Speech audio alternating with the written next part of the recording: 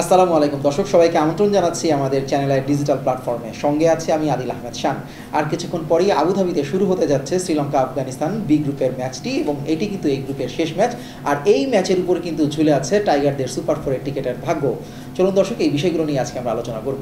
ইতিমধ্যেই এই গ্রুপ থেকে ভারত পাকিস্তানের সুপার ফোর নিশ্চিত হয়েছে, কিন্তু বি গ্রুপ থেকে এখন পর্যন্ত 2 দল যাবে। তাদের মধ্যে এখনও সেই রেসে টিকে আছে 3টি দল, এর মধ্যে আছে বাংলাদেশও। তো আফগানিস্তান এবং শ্রীলঙ্কার ম্যাচের যে সমীকরণটি দাঁড়িয়েছে, সেই সমীকরণে কিভাবে বাংলাদেশ যেতে পারে সেই বিষয়টি নিয়ে আপনাদের সঙ্গে কথা বলবো। আর কোন সমীকরণে বাদ পড়তে পারে শ্রীলঙ্কা কিংবা আফগানিস্তান, সেই বিষয়টিকেও আপনাদের সামনে তুলে ধরবো।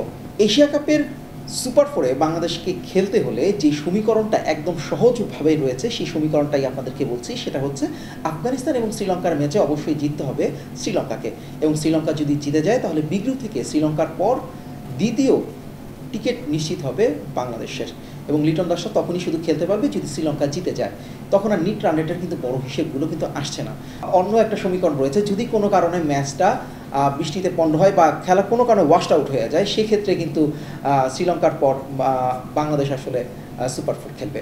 এবার আসি নিট রান রেটের যতগুলো হিসাব আছে সেই বিষয়গুলো নিয়ে কথা বলি। এখন পর্যন্ত নিট রান রেটে কিন্তু সবচেয়ে কিন্তু এগিয়ে আছে কিন্তু আফগানিস্তান, যদিও টেবিলের কিন্তু তারা তৃতীয় স্থানে রয়েছে।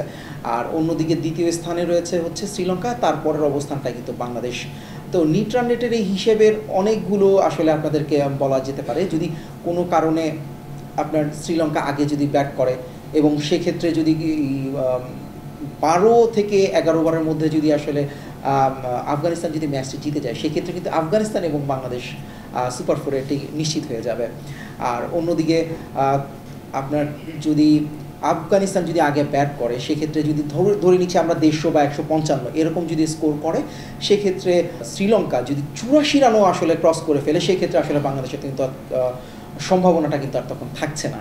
তো এরকম অনেকগুলো আসলে সমীকরণ থাকবে। এই সমীকরণের ভিতর দিয়ে আসলে আমাদেরকে আজকে সবার আসলে পুরো বিশ্ববাসী আছে বা টাইগার ভক্ত যারা আছে, সবাইকে কিন্তু এই ম্যাচটি খুব গুরুত্ব বহন করছে, এবং এই ম্যাচটিকেই কিন্তু আজকে এশিয়া কাপটাকে একেবারে জমিয়ে উঠিয়েছে। আফগানিস্তান এবং শ্রীলঙ্কার ম্যাচের আজকের যে দর্শক সমর্থক রয়েছে, এর ভিতরে একটা বাড়তি সমর্থক কিন্তু পাচ্ছে শ্রীলঙ্কা, সেটা হয় কিন্তু বাংলাদেশের। ইতিমধ্যে আসলে আন্তর্জাতিক ক্রিকেটে যদি আমরা একটু তাকিয়ে থাকি, তো শ্রীলঙ্কার সাথে কিন্তু একটা ভালো বরিতা আছে ক্রিকেটের আমাদের, যে এই ইস্যুগুলো কিন্তু আপনারা অনেকেই জানেন। বিশেষ করে আমাদের টাইম আউট ইস্যুটা রয়েছে, এছাড়াও নাগিন ডান্স, মানে এই দুটো ইস্যু সবসময় মানে ক্রিকেটের যদি কখনো আসে দুই দেশের আন্তর্জাতিক সম্পর্কের ভেতরেই এই ক্রিকেটটাকে আসলে কিন্তু আমরা এই দুটি টাইমটা কিন্তু আমরা আসলে সবসময় দেখে থাকি, সেই সাকিবের টাইম আউট করাকে।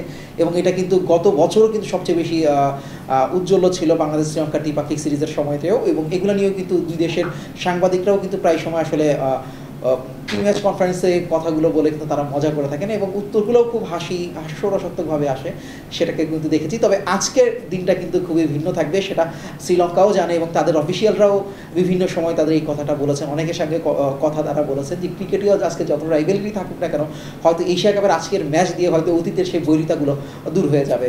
কেননা আজকের ম্যাচে যদি শ্রীলঙ্কা জিতে, তবে আসলে বাংলাদেশ সুপার ফোরের টিকিট নিশ্চিত করবে। তো বাংলাদেশি ভক্তরা বা টাইগার ভক্তরা সবাই কিন্তু চাইছে যে আফগানিস্তানের বিপক্ষে এশিয়া কাপের বি গ্রুপের এই শেষ ম্যাচটিতে জিতবে শ্রীলঙ্কা। তো দর্শক, এশিয়া কাপ নিয়ে এবং বাংলাদেশের সুপার ফোরের ভাগ্য নিয়ে এই ছিল আমাকে একদম সংক্ষিপ্ত একটা ব্রিফ। আশা করছি আজকের ম্যাচটা সবাই উপভোগ করবেন, এবং সবাই আসলে চাইবে যে বাংলাদেশ যেন আজকের সুপার ফোর খেলে। এবং সেই যেই শুরুর দিকে আপনাদেরকে যে বিষয়টি আমি জানিয়েছি, যে একদম সহজ সমীকরণ, এই ম্যাচে শ্রীলঙ্কা জিতলেই বাংলাদেশের সুপার ফোরের টিকিট নিশ্চিত হবে। ধন্যবাদ সবাইকে এতক্ষণ সাথে থাকার জন্য।